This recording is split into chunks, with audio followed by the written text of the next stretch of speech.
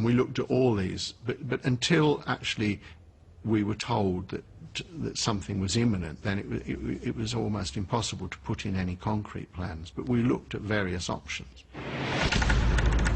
But for her dwindling band of supporters, it was a race against time. Hindley's health was failing fast.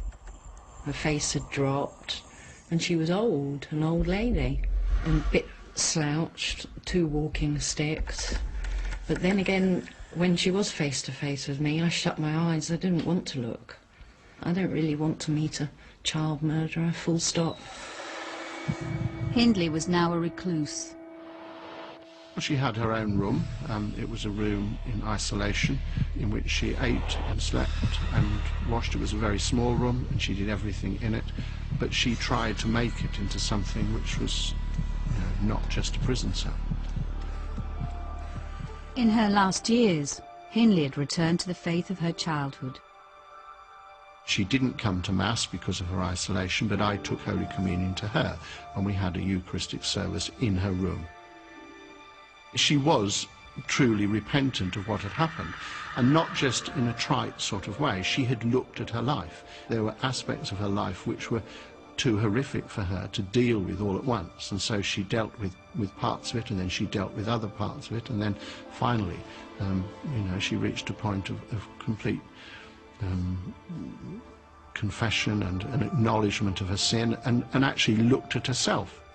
And I think that the Church played an important part in that change. Most saw Hindley turning to religion as cynical and manipulative. Although Myra professed to have a faith, Catholic faith, she was actually not wholly convinced. I think she was afraid of death.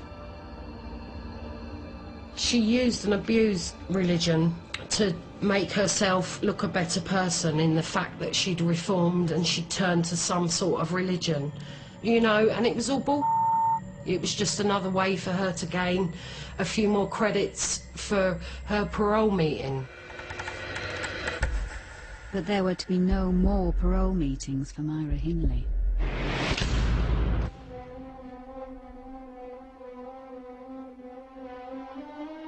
The police came to me and said to me, "We've got bad news for you." I thought it was overkeyed. When he told me, he said, "Myra Hindley was in hospital a fortnight ago," he said, "We've had to take her back because she's seriously ill and we're expecting her to die." I said, "Well, I hope she bleeding doesn't, because she's got to suffer like I suffered." But she died. She was out of it. We sort of held her hand and she quietly slipped from this world into the next world. There was no struggle, there was no fight. She just very quietly died. Hindley died on the 15th of November 2002, and her body was cremated 5 days later. That hit me like a ton of bricks. You know, she was never allowed to go through the processes of grieving for and accounting for the deaths of these children and being allowed to move on. And other people never managed to move on either, and that too was a tragedy.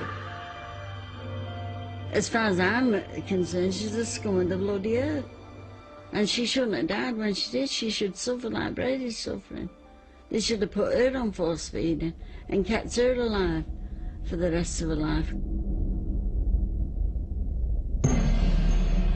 Incredibly, Hindley's final wishes were to have her ashes scattered within sight of the moors where 4 of the children had been buried. They took her out of that church and dug her ashes 12 miles away from where Brady murdered all the kids. And it left a tree, and I went and seen that tree, and I wanted to burn it because I'd have put petrol over it to make sure she has bloody gone. But they wouldn't let me do it. I'm an evil swine, but I mean, it's made me that way.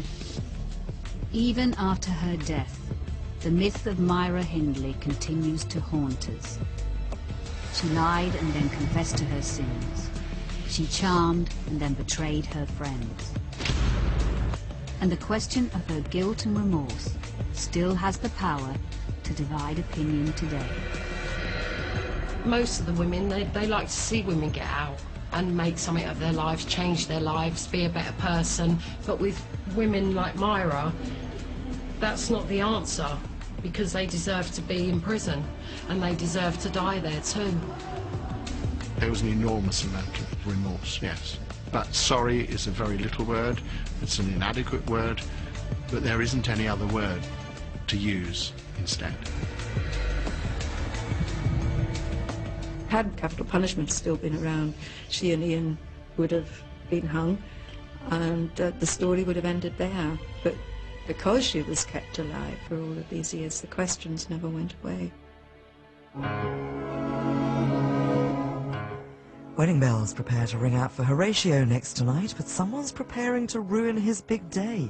CSI Miami with a Christmas £10,000 to be won, coming up next.